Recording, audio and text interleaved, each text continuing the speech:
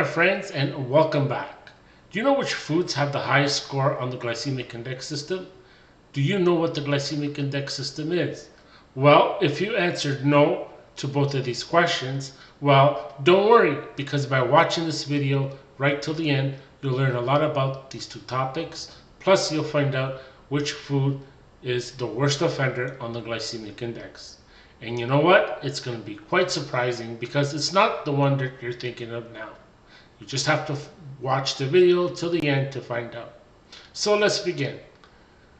The glycemic index system is a food rating system that tells you how quickly the food that you're about to eat will have an effect on your blood sugar. So basically how quickly it will turn to sugar. It does this by providing you a number between 0 to 100. Being 0 to 50, low, 55 to 100, the worst offender.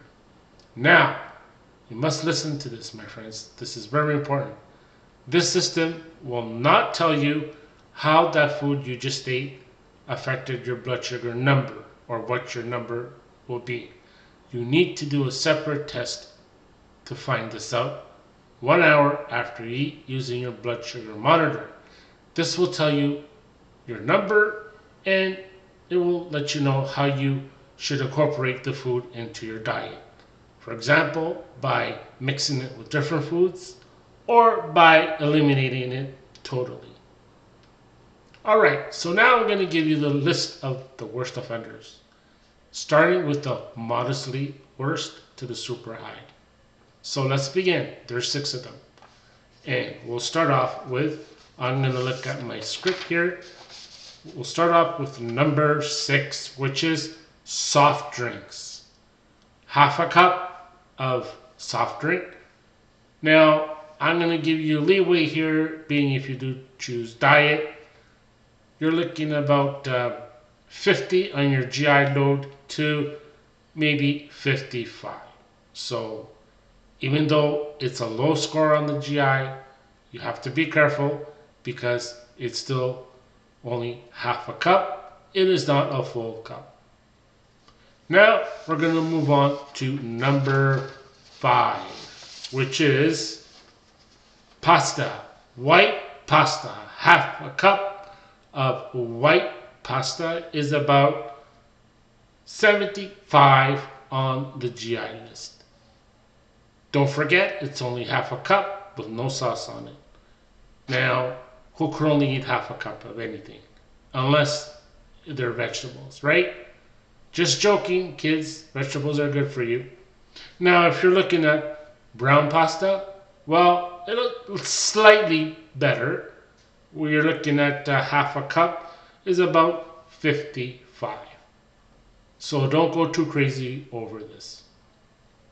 Then, from number 5, we move up to number 4. White rice and brown rice. Half a cup of white rice, you are looking at 70 on your GI list. So that's 70, my friends. Be very careful. Then you're looking at brown rice, which is about 65, half a cup. Then I'm going to throw in quinoa, which, everybody says is healthy for you. Well, it might be if you're not diabetic. You're looking at about 65, almost the same as brown rice. Now from number 4, we move up to number 3, which is 1 slice of white bread. You are looking at 80 on the GI list.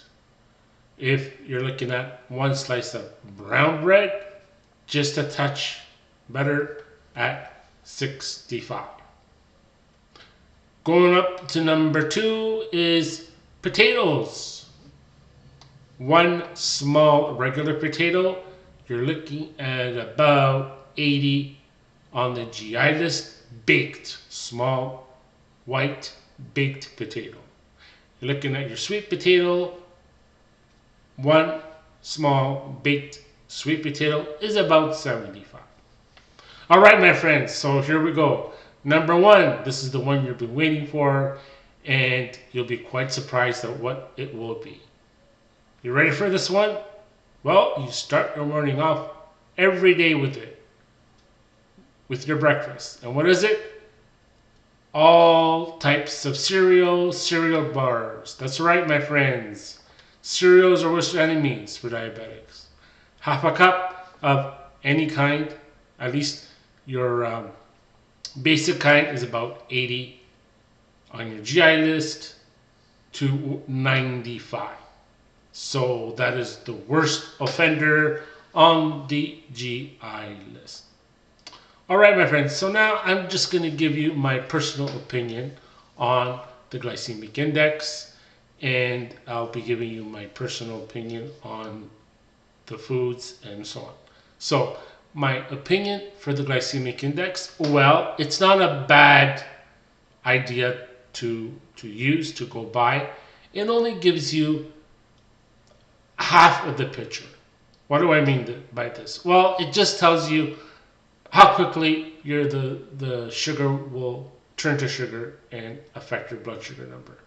So when you're starting to learn all these things, and you can't afford a blood sugar monitor and testing strips, well, my friends, it's better to use that than nothing, because you could always get a printout version of it and take it along with you, when you're eating out. So if you're having whatever food you need, you could read it on the list. Or us old timers, like I said, we use the printout. But you could also look it up on your phone, your smartphones, internet. You could quickly look that up, and it'll start to give you ideas.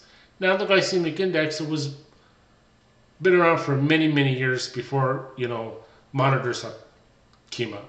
Then, when the monitors started to come up, only doctors and medical offices were able to get them and afford them. They were about $5,000.